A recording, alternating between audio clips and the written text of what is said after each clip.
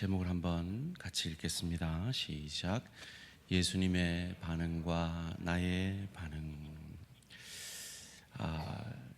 뒤에 제 얼굴이 안 나올 겁니다. 지금 좀 문제가 있어서 저는 좀 신이 납니다. 오랜만에 여러분이 제 눈을 보실 것 같아서, 제 눈을 보지 않고 제 눈을 보실 것 같아서 신이 납니다. 우리 옆 사람에게 한번 손가락 이렇게 내셔서, 제가 대학교 때 배운 건데요, 샬롬 하고 인사하십시다. 샬롬, 샬롬. 평안하십니까? 라는 유대식 인사입니다. 여러분, 방금 너무 반갑게 인사하는 모습을 봤는데요, 막상 옆에 이렇게 샬롬 하려고 하는데 여러분한테 상처 준 사람이 옆에 앉아 있으면 여러분 어떠실 것 같아요? 여러분을 저주하고 원망했던 사람이 옆에 앉아 있었으면 어떨 것 같아요? 여러분이 정말 어려울 때 여러분을 도와주지 않고 다 도망갔던 그 사람이 옆에 앉아 있다면 여러분 방금처럼 기쁘게 샬롬 하실 수 있었을까요? 은혜와 평강, 기독교에서 가장 많이 쓰는 단어입니다. 특별히 모든 서신서의 첫 인사로 대부분이 은혜와 평강을 말합니다. 대표적인 것이 서신서 13개를 썼던 바울이죠. 그런데 어떻게 바울이 은혜와 평강을 먼저 얘기할 수 있을까요? 자기 의에 취해서 정죄하기 바빴던 그가 어떻게 자기가 개척한 교회 성도들이 자기를 욕한다는 소리를 듣고도 그들에게 은혜와 평강을 이야기할 수 있었을까요? 자기 취해 있던 그가 그럼에도 불구하고 그를 찾아와셔서 평강과 은혜를 허락하신 예수 그리스도를 만났기 때문입니다. 소원합니다. 오늘 이 예배 가운데 그 예수님을 만나시기를 주님의 이름으로 축원합니다. 주님이 부활하셨습니다. 그리고 예수님이 두려움에 문을 잠그고 떨고 있던, 숨어 있던 제자들을 공간을 이동해서 찾아가십니다. 그리고 그들에게 처음으로 하신 말씀이 오늘 본문 19절 말씀입니다. 함께 읽을까요? 시작. 이날 곧 안식 후 첫날 저녁 때에 제자들이 유대인들을 두려워하여 모인 곳에 문들을 닫았더니 예수께서 오사 가운데 서서 이르시되 너에게 평강이 있을지어다. 예수님이 제자들에게 샬롬 인사하시는 겁니다. 여러분, 우리는 그럴 수 있었을까요? 예수님의 반응과 우리의 반응은 어떻게 다를까요? 우리는 어떻게 했을까요? 내 3번이나 모른다 했지? 네 저주하는 것까지 들었다. 내가 어려울 때 내가 너를 어떻게 3년 동안 먹이고 입혔는데 다 도망갔지? 이랬을 것 같은데, 그래서 너가 내볼 생각하지 마. 나 다시 너가 볼 생각 없다. 이럴 것 같은데 예수님은 샬롬, 평강이 너희에게 있을지어다 인사하십니다. 예수님과 우리의 차이를 만들어내는 게 무엇일까요? 거기다가 더해서 21절 가운데 이렇게 말씀하십니다. 예수께서 또 이르시되 너희에게 평강이 있을지어다. 아버지께서 나를 보내신 것 같이 나도 너희를 보내노라. 내가 너희에게 평강을 말하는 것처럼 너희도 내가 너희를 보내니 너희가 가는 그곳에서 평강을 전하여라 라고 말씀하십니다. 사랑하는 성도님들, 사실은 이것이 기독교 신앙의 힘입니다. 이것이 복음의 근거요, 복음의 능력인 것입니다. 우리는 예수를 믿는다 하면서도 하나님을 많이 오해를 해요. 어떻게 오해를 하느냐? 한 2가지 정도만 생각해 보기를 원하는데요. 첫 번째는요, 하나님이 우리가 사랑받을 만하면 사랑하고 그렇지 않으면 미워하실 것 같은 오해를 해요. 우리 기도하신 우리 집사님은 그런 오해가 없으신 것 같아요. 뭐라고 기도하셨습니까? 우리를 한결같이 사랑하시는 예수님의 이름으로 기도합니다. 우리 이거 믿어요. 머리로는 알아요. 그런데 우리가 그걸 안 믿는다는 게 어디서 드러나는가 하면 우리의 삶 가운데 어려움이 닥칠 때 우리 마음에 먼저 드는 생각이 뭐냐 하면 하나님이 나 미워하시나? 하나님이 나 치신 건가? 하나님이 나를 저주하시나? 이런 생각이 들 때가 있다는 거예요. 여러분, 우리가 뿌린 대로 거두기만 한다면 우리 인생은 희망이 없죠. 우리는 그렇게 생각하는 것 자체가 가장 비복음적인 것입니다. 만약에 인과응보로만 생각하면 우리 가운데 구원받을 사람은 아무도 없습니다. 우리한테 남은 건 지옥행 열차밖에 없죠. 영벌밖에 없습니다. 우리가 뭔가 사랑받을 구석이 있어야 주님이 나를 사랑하실 것 같으면 우리 중에 사랑받을 사람은 아무도 없습니다.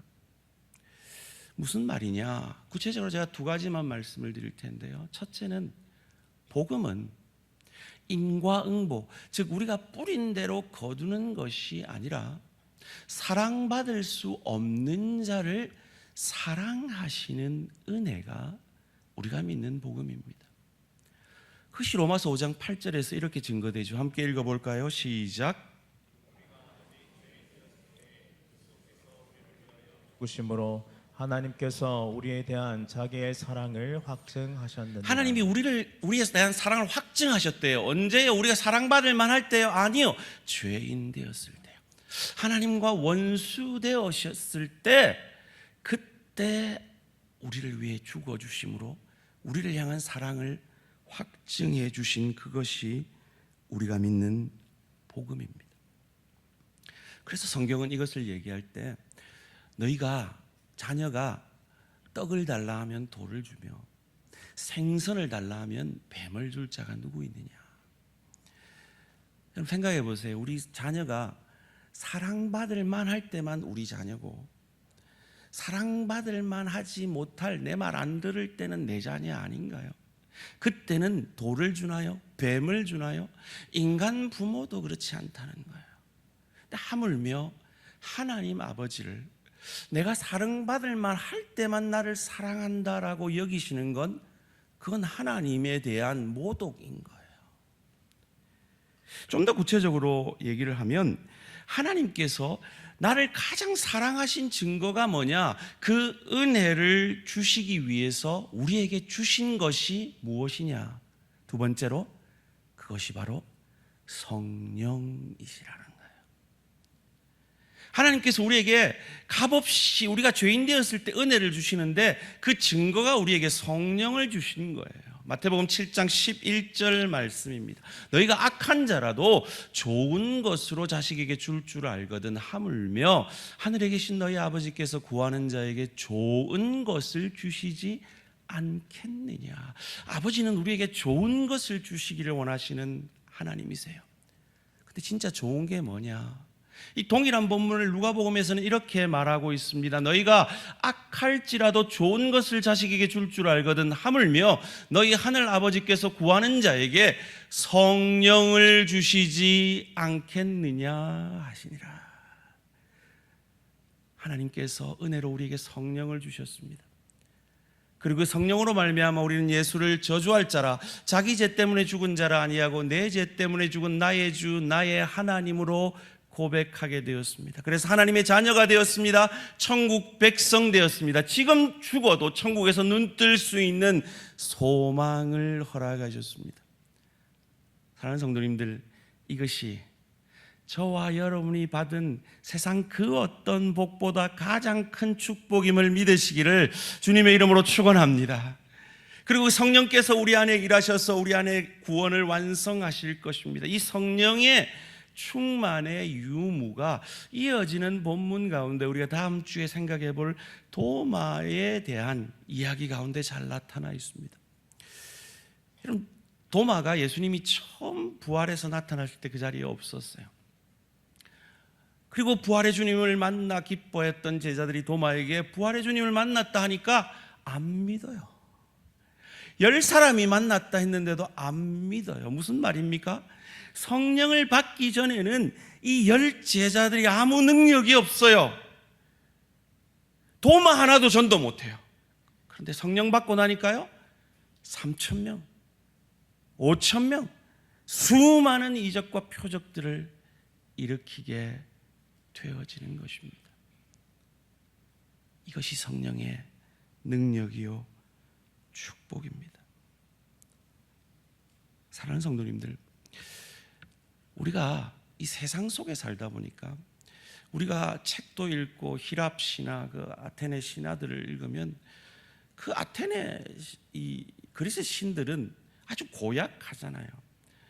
우리가 잘하면 잘해주고 못하면 벌 주고 막 이런 신이잖아요. 그리고 자기들 마음대로 하는 신이잖아요. 그런 세상에 살다 보니까 하나님에 대해서도 우리가 오해를 하는 게 있어요. 뭔가 큰일이 나면, 제가 참 존경하는 박영선 목사님한테 배운 건데요, 어떤 큰일이 일어나면 사람들이 뭐라고 얘기합니까? 한번 따라해 보실래요? 맙소사라는 말이 이 19세기부터 쓰여진 거래요. 이게 어떤 의미가 있느냐면 하나님 그리 마옵소서라는 말을 줄인 말이라는 거예요. 하나님 그리 마옵소서, 그거 안 좋은 거예요. 이게 좋은 거예요. 하나님은 그렇게 생각한다는 거예요. 좋은 것 안 주려는 하나님으로 착각하고 오해한다는 거예요. 인과응보의 하나님만으로 생각한다는 거예요. 아닙니다. 우리 하나님은 우리가 아직 죄인 되었을 때 그리스도 예수 그의 아들을 아끼지 않고 우리를 위해 죽이심으로, 그리고 부활하심으로 우리를 향한 하나님의 사랑을 확증하시는 하나님이시며, 우리에게 가장 좋은 것 성령을 주시는 하나님이십니다. 그래서 하나님이 이스라엘 백성들에게 이렇게 기도하라고 명령하셨습니다. 민수기 6장 22절에서 27절까지 말씀을 읽으시는데요, 여러분 자녀를 생각하시면서 선포하시듯 이 고백을 함께 하겠습니다. 시작. 여호와께서 모세에게 말씀하여 이르시되 아론과 그의 아들들에게 말하여 이르기를 너희는 이스라엘 자손을 위하여 이렇게 축복하여 이르되 여호와는 내게 복을 주시고 너를 지키시기를 원하며 여호와는 그의 얼굴을 내게 비추사 은혜 베푸시기를 원하며 여호와는 그 얼굴을 내게로 향하여 드사 평강 주시기를 원하노라 할지니라. 자, 거기까지요. 평강 주시기를 원하노라 할지니라. 이렇게 기도할지니라. 어떻게 하신다고요? 그 다음에 27절, 그들은 이같이 내 이름으로 이스라엘 자손에게 축복할지니 내가 그들에게 뭐를 주리라? 복을 주리라. 이것이 우리 하나님 아버지십니다. 두 번째로 하나님에 대한 오해를, 하나님이 우리를 자꾸 시험하신다, 유혹하신다라는 오해를, 하나님 왜 자꾸 저를 이렇게 시험하세요? 라는 마음이 우리 안에 들 수 있다는 거예요. 물론 하나님은 테스트는 하십니다. 그러나 유혹은 하지 않습니다. 영어 성경에는 이 둘을 명확하게 구분하고 있는데요, 야고보서 1장 3절이 그 예입니다. 사람이 시험 받을 때 내가 하나님께 시험을 받는다 하지 말지니, 하나님은 악에게 시험을 여기서 말할 때 temptation, tempt, 유혹을 얘기합니다. 유혹을 받지도 아니하시고 친히 아무도 시험하지 아니하시느니라. 첫 번째로 무엇을 알 수 있습니까? 시험에는 두 가지가 있습니다.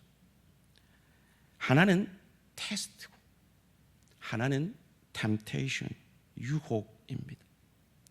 하나님은 결코 우리를 유혹하지 않으십니다.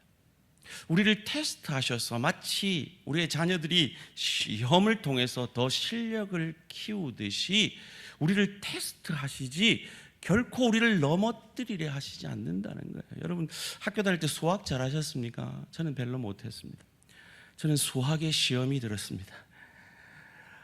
근데요, 제가 이 미국 우리 애들도 배우는 거 봐도요, 뭐 세계 다 안 다녀봐서 모르겠는데 한국 수학이 세계에서 제일 어려운 것 같아요. 한국 워낙 경쟁이 치열하니까 이 수학을 떨어뜨리려고 하는 거죠. 그래서 대부분의 학생들이 수포자잖아요. 수학을 포기한 학생들이잖아요. 잘하는 애들만 수학을 해서 변별력을 키우는 거죠. 근데 우리 하나님은요, 우리가 붙을 때까지 시험하십니다. 붙을 때까지 시험하세요. 아멘? 하나님 절대 우리를 떨어뜨리려고 시험하시는 거 아니에요. 우리의 실력을 키워서 하나님이 작정하신 그리스도 예수의 형상까지 우리를 붙을 때까지 우리를 인도하시고 이끌어 가시는 겁니다. 인간의 부족함과 죄악됨으로 세상에 사건 사고들이 참 많이 있습니다. 그런데 우리 하나님은 그 가운데 우리를 인도하십니다. 왜냐하면 그 하나님이 우리를 양자로 입양해 주셨기 때문입니다. 로마서 8장 15절 말씀입니다. 너희는 다시 무서워하는 종의 영을 받지 아니하고 양자의 영을 받았으므로 우리가 아빠 아버지라고 부르짖느니라. 여러분, 아빠 얼마나 좋은 단어입니까? 아버지보다 아빠라고 부를 수 있다면 그건 두려움이 없는 관계인 거죠. 하나님과 우리 사이에는 그런 두려움이 없는 관계가 형성되었음을 이 요한이 요한복음을 쓴 다음에 쓴 요한 1서 4장 18절에서 이렇게 우리에게 가르쳐 줍니다. 사랑 안에 두려움이 없고 온전한 사랑이 두려움을 내쫓나니 두려움에는 형벌이 있습니다. 두려워하는 자는 사랑 안에서 온전히 이루지 못하였느니라. 많은 사람들이 하나님을 이런 두려운 존재로 생각하는 거예요. 형벌 내리는 존재로 생각하는 거예요. 아니에요. 그 형벌은 이미 예수께서 다 받으셨습니다. 그로 말미암아 우리를 향한 하나님의 사랑을 온전히 이루셨습니다. 그래서 그 배반한, 저주하며 배반한 그 제자들을 처음 만난 부활의 자리에서 그 예수가 가장 그들이 필요할 때 다 도망쳐버린 그 제자들에게 평강이 너희에게 있을지어다 라고 고백하신 겁니다. 그리고 그 평강을 전하기를 원하십니다. 오늘 본문 21절 말씀 다시 한번 함께 읽겠습니다. 시작. 예수께서 또 이르시되 너희에게 평강이 있을지어다. 아버지께서 나를 보내신 것 같이 나도 너희를 보내노라. 그렇게 우리를 만나주신 주님이 그 평강을 가지고 여러분의 가정으로 가라십니다. 여러분의 일터로 가라십니다. 주의 교회 가운데 평강을 전하라고 하십니다. 형이 참 쉽지 않죠. 방금 여러분 상상만 해도 아찔하잖아요. 목사가 샬롬 하랬는데 옆에 내한테 상처 준 사람이 있으면 그게 어디 쉽겠습니까? 거기다가 나를 저주하고 원망까지 했다는 그 말을 들은 사람 옆에 있으면 그게 어디 쉽겠습니까? 내가 정말 도움이 필요할 때 그냥 나를 돕지 않고 도망가 버린 그에게 샬롬 평강이 있을지어다. 그게 어디 쉽겠습니까? 그런데 그 쉽지 않은 일을 우리에게 당부하심으로 우리를 제자로 그리스도 예수의 형상까지 온전하게 하시려는 것이 하나님의 우리의 구원을 향한 목적이라고 우리에게 말씀해 주고 있습니다. 히브리서 13장 20절 21절 말씀입니다.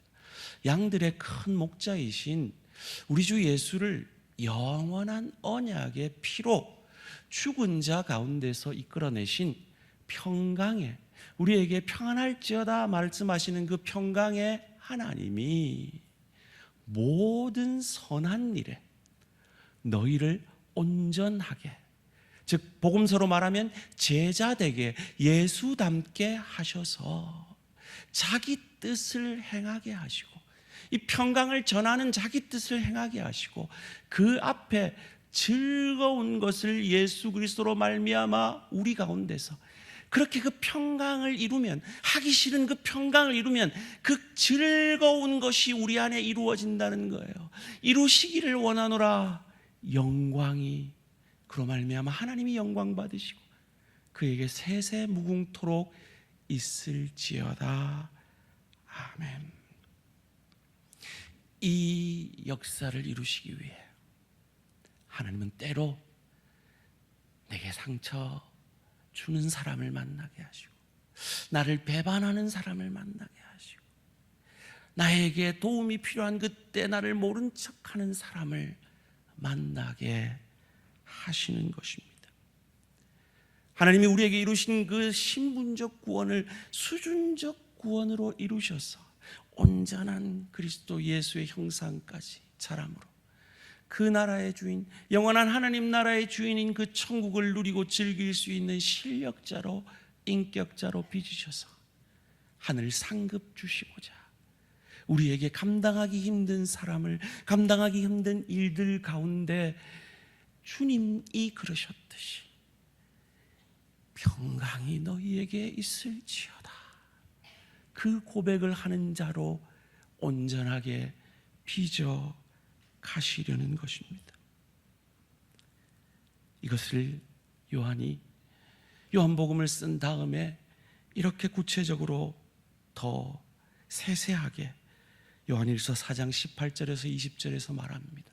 사랑 안에 두려움이 없고 온전한 사랑이 두려움을 내쫓나니, 두려움에는 형벌이 있습니다. 두려워하는 자는 사랑 안에서 온전히 이루지 못하였느니라. 그런데 우리가 사랑함은 그가 먼저 우리를 사랑하셨습니다. 우리가 평안하라라고 고백하는 건 그가 먼저 우리에게 평안하라라고 말해 주셨기 때문입니다. 누구든지 하나님을 사랑하노라 하고 하나님이 그에게 평안하라라고 한 그가 그 형제를 미워하면 이는 거짓말하는 자니 보는 바 그 형제를 사랑하지 아니하는 자는 보지 못하는 바 하나님을 사랑할 수 없느니라. 소원합니다. 도저히 그 평강의 축복을 받을 수 없었던 우리에게 하나님과 화해하시는 그 평강의 축복을 허락하신 우리 주 예수님이 우리를 보내어 가정에서, 일터에서, 주의 교회에서 이루시기는 원하는 그 평강의 고백을 그 주님의 은혜에 감사함으로 고백해내는 저와 우리 모든 성도님들 되시기를 주님의 이름으로 축원합니다. 여러분, 이것이 얼마나 어려운지 아시죠? 하려고 했던 사람은 압니다. 해보려고 했던 사람은 압니다. 제가 여유가 있을 때 설교 쇼츠를, 여러 목사님들이 설교 쇼츠를 종종 봅니다. 그 가운데 여러분도 아마 많이 보실 텐데 이찬수 목사님의 설교 쇼츠 가운데 이런 간증을 하세요. 자기가 참 목회에서 상처받고 어려울 때 부르는 찬양이 있대요. 근데 그 찬양을 누구한테 배웠느냐? 옥하는 목사님한테 배웠대요. 옥하는 목사님도 자기가 참 목회하는데 어려운 사람을 만나고 어려운 일을 만날 때마다 이 찬양을 늘 읊조린대요. 그 찬양이 뭐냐 하면 사막에 샘이 넘쳐 흐르리라, 사막에 꽃이 피어 향내 내리라, 주님이 다스리는 그 나라가 되면은 사막이 꽃동산 되리, 사자들이 어린 양과 뛰놀고. 저는 여기에서 참 은혜를 받아요. 사자 같은 아내와 제가 정말 한 번도 싸우는 거 없이 이렇게 어린 양과 같이 뛰노는 그런 세계가 곧 올 거라는 거죠.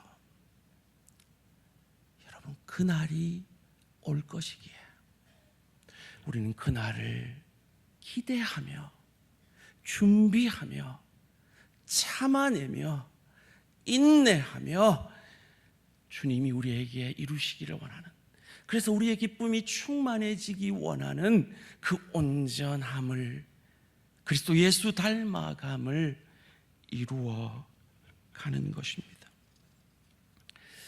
사랑하는 성도님들, 그 천국이 사모가 되십니까? 그 천국을 사모하십니까? 영혼을 사모하십니까? 존 스타트라는 유명한 목사님이 이런 말씀을 하셨는데 너무 공감이 돼요. 이 땅에서 하나님의 백성과 함께 드리는 예배가 이토록 깊은 만족을 준다면 하늘에서 함께 드리는 예배는 얼마나 더 황홀할 것인가. 사랑하는 성도님들, 가장 위대한 순간은 아직 오지 않았습니다. 우리는 그 위대한 순간을 향해 나아가는 순례자들입니다. 여기서 끝나는 것이 아닙니다. 우리의 부족과 연약에서 끝나는 것이 아닙니다. 하나님은 우리를 온전히 완성하실 것입니다. 주님이 그 인간적 섭섭함을 뒤로하고 제자들에게 너희에게 평안이 있을지어다 고백하실 수 있었던 이유가 무엇일까요? 저는 깊은 묵상 중에 이 구절이 생각났어요. 마태복음 26장 31절에서 34절 말씀 함께 읽겠습니다. 시작. 그때 예수께서 제자들에게 이르시되 오늘 밤에 너희가 다 나를 버리리라. 기록된 바 내가 목자를 치리니 양의 떼가 흩어지리라 하였느니라. 그러나 내가 살아난 후에 너희보다 먼저 갈릴리로 가리라. 베드로가 대답하여 이르되 모두 주를 버릴지라도 나는 결코 버리지 않겠나이다. 예수께서 이르시되 내가 진실로 내게 이르노니 오늘 밤 다 굴기 전에 내가 3번 나를 부인하리라. 아멘. 예수님은 아신 거죠. 인간의 연약을 아신 겁니다. 사랑하는 성도님들, 여러분의 남편은, 여러분의 아내는, 여러분의 부모는, 여러분의 자녀는, 여러분의 동료는, 여러분의 지체는 나처럼 연약한 죄인입니다. 주님은 그것을 아시고 그 연약을 대신 지시고 그 연약을 이겨주시기 위해 겟세마네를 가서 자기를 부인하는 기도를 하시고 죽으시고 부활하심으로 그 우리의 연약을 감당해 주신 겁니다. 그러기에 그들에게 목자의 심정을 가졌기에 평안이 너희에게 있을지어다 고백하실 수 있었던 겁니다. 사랑하는 성도님들, 가정에서, 일터에서, 주의 교회에서 이 예수님의 마음, 인간의 연약을 긍휼히 여기는 목자의 마음이 저와 우리 모든 성도님들에게 있어지기를 주님의 이름으로 축원합니다. 은혜와 평강을 가장 많이 이야기했던 사람은 사도 바울이었습니다. 자기 의에 사로잡혀 있던 그가 어떻게 은혜와 평강을 가장 많이 말하는 사람이 되었다고요? 하나님을 위해서 하나님을 핍박했던 이 무지한 자신을 향하여 은혜와 평강으로 찾아와 주시고 만나 주신 그 예수님을 만났기 때문인 거죠. 그 주님의 은혜와 사랑을, 그리고 인간의 연약을, 그래서 인간에게 복음이 필요하다는 것을 알고 복음 전도 여행을 3차례 하면서 사도행전 14장에 보면 루스드라는 성에서 그는 그들에게 돌에 맞아서 거의 시체가 되어서 질질질 끌려 나왔습니다. 여러분 한번 생각해 보세요. 바울이 인간입니다. 돌로 맞았어요. 저주하면서 돌로 맞아 쓰러졌어요. 여러분 다시 루스드라 가고 싶겠어요? 저는 안 가고 싶겠어요. 그런데 사도행전 16장에 보면 바울이 다시 루스드라로 일부러 갑니다. 어떤 마음이었을까요? 한 번도 돌 맞지 않은 마음같이, 한 번도 상처받지 않은 마음같이 그곳으로 다시 갑니다. 어찌 그럴 수 있었을까요? 바울아 바울아 사울아 사울아 나는 내가 핍박하는 예수다. 그런데 그 예수가 한 번도 상처받은 것 같지 않게, 한 번도 돌맞지 않은 것 같이 바울에게 찾아와 주셨기 때문입니다. 사랑하는 성도님들, 이 주님을 만나셨습니까? 그렇다면 그 주님의 평강을 가정에서, 일터에서, 주의 교회에서 전하시기를 주님의 이름으로 축원합니다. 10,000달란트 탕감 받으셨습니까? 100데나리온 빚진 자를 용서해 주시기 바랍니다. 여러분, 이렇게 말하니까 마음에 안 와닿죠? 60조 탕감 받으셨습니까? 1,000,000원 빚진 사람 용서해 주세요. 굳이 비율을 따져볼까요? 60만 분의 1.